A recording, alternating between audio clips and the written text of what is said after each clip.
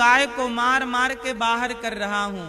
कलयुग की पहचान है कि कलयुग में गौ हत्या होगी। इसलिए देख लो ना, कलयुग में गौ हत्या हो रही है। आप बताओ, गौ हत्या होनी सही है कि गलत है? जोर से। आप लोगों ने गौ हत्या रोकने के लिए क्या क्या प्रयास किए? कोई प्रयास नहीं किया। आप लोगों ने अपने नेताजी से ये तो कहा क्या कि नेताजी हम आपको वोट तब देंगे जब आप गौ हत्या बंद करने का काम करेंगे? कहा क्या आप लोगों ने? नहीं कहा। इसका मतलब गौ हत्या आप लोग भी जिम्मेदार हो या नहीं? जब आप लोग मर के जाओगे, अनिरुद्धाचार्य मर के भगवान के पास जाएगा तो भगवान पूछेंगे ना कि अनिरुद्धाचार्य तुमने गौ हत्या रोकने के लिए क्या क्या काम किया? तो हम तो कह देंगे कि हमने तो कहा सरकारों से कि भाई ना करो गौ हत्या। और मैं तो गाय की सेवा करता भी हूं। गौरी गोपाल गौशाला में 450 गाय और लगभग 150 से ज्यादा नंदी हैं। मेरे पास गौरी गोपाल गौशाला में 150 नंदी हैं। यदि मैं उन नंदियों को छोड़ दूं तो तुरंत कसाई ले जाके काट देगा। तो मैंने तो 150 नंदियों को और 450 गायों को कटने से बचा रखा है गौशाला में सेवा करके। मैं भारत की पूरी गाय की रक्षा नहीं कर पाऊंगा, लेकिन जितनी कर सकता हूं उतनी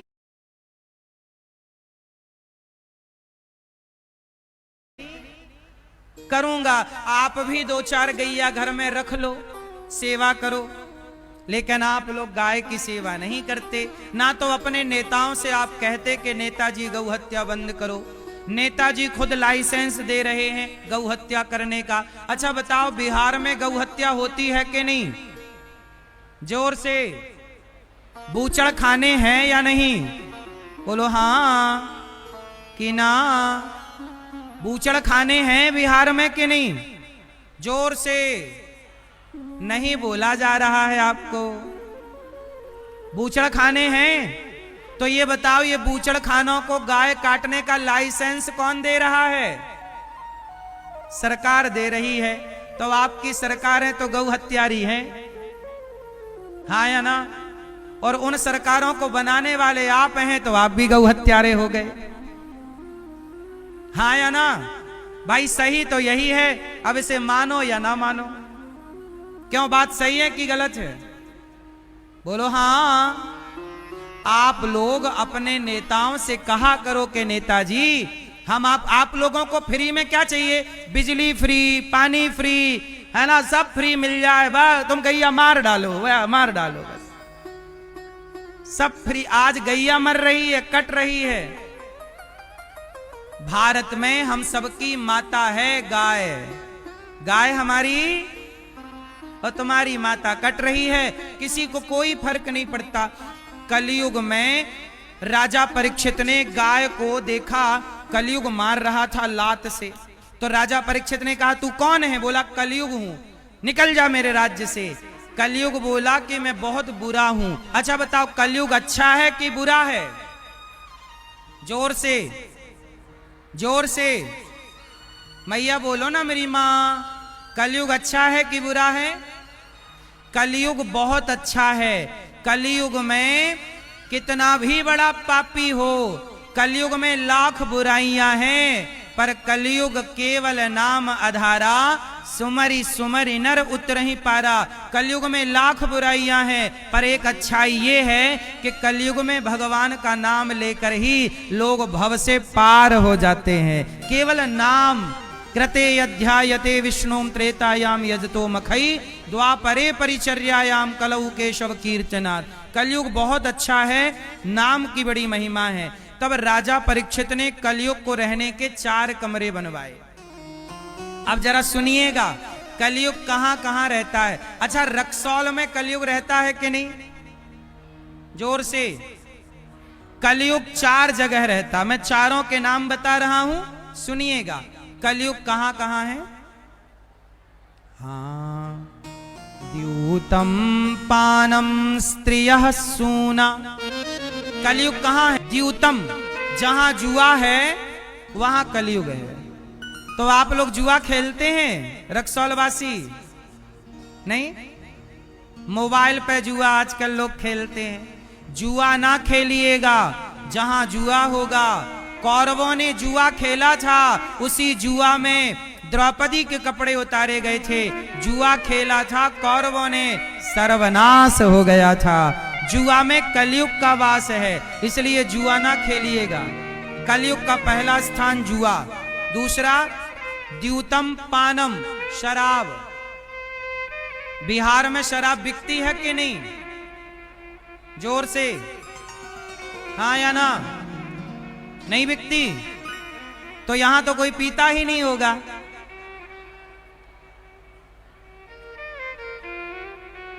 तो रक्सौल के लोग रोज शराब पीने विदेश जाते हैं, क्यों?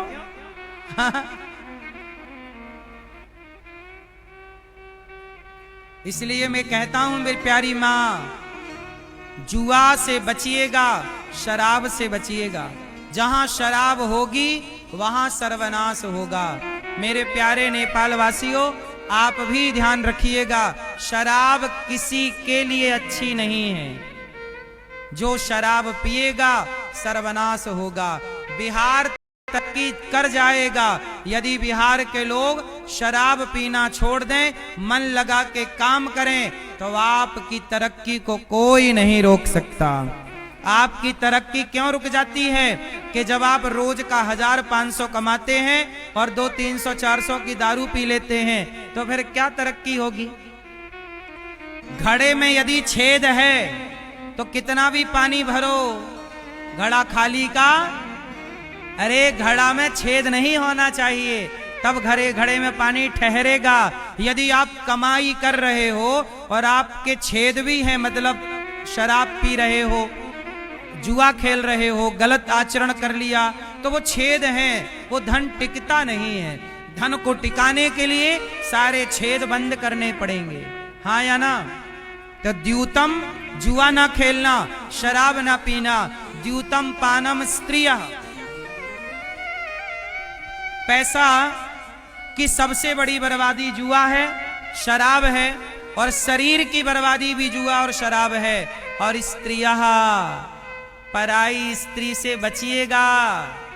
आप लोगों का किसी के संग इलू इलू तो नहीं चल रहा है? मैया और भैया, आप लोगों का किसी के संग इलू इलू तो नहीं चल रहा है? बोलो हाँ कि ना। वो पड़ोसी गाना गा रहे थे, सामने वाली खिड़की में एक चांद का टुकड़ा रहता है। तो आजकल लोग पराई स्त्री के चक्कर में पड़ जाते हैं। रावण जैसा राजा, ये बात भागवत जी की है, मैं आपको समझा रहा हूं, ध्यान से समझिए। रावण जैसा राजा पराई स्त्री के चक्कर में पड़ा, तो रावण जैसे पावरफुल राजा का सर्वनाश हो गया। किसके चक्कर में हुआ? किसके चक्कर में? पराई स्त्री के चक्कर में। आप लोग का तो नहीं चल रहा किसी स्त्री से चक्कर? क्यों? सही बताओ, शादी हो गई आप लोगों की? अपनी पत्नी के सिवा किसी को ना देखना, वरना सर्वनाश होगा। क्यों मैया, ये बात सही है कि नहीं? रावण का सर्वनाश किस चक्कर में हुआ? पराई स्त्री के चक्कर में। मैया, जब रावण का पुतला जला करे दशहरे में, तो आप पत्नियां अपने अपने पतियों का हाथ पकड़ के ले जाया करो और दिखाया करो, देखो ये वही रावण है जो पराई औरत के चक्कर में आज तक जल रहा है। यदि तुम भी पढ़ोगे तो तेरा क्या होगा रे कालिया। मैया, अपने पति को कहीं ले जाओ ना ले जाओ, पर दशहरे में रावण को जलता हुआ दिखाने जरूर ले जाया करो। अपने पति को दिखाया करो, देखो ये जल रहा है दुष्ट। पराई औरत के चक्कर में ये आज तक जल रहा है। आप भी पढ़ोगे तो जलोगे। क्यों मैया, सही है? पराई स्त्री के चक्कर में। कहां कलयुग? कहां? जहां जुआ वहां कलयुग, जहां शराब वहां कलयुग। और जहां पराई स्त्री का कोई दर्शन किया गलत भाव गलत दृष्टि से, कलयुग वहां खोपड़ी में चढ़ जाता है और बिगाड़ देता है। बोलो हाँ। और कलयुग का चौथा स्थान मांसाहार। आप लोग मछली मुर्गा मुर्गी बकरा बकरी खाते हो कि नहीं? कितने लोग मांस खाते हैं? हाथ उठाओ।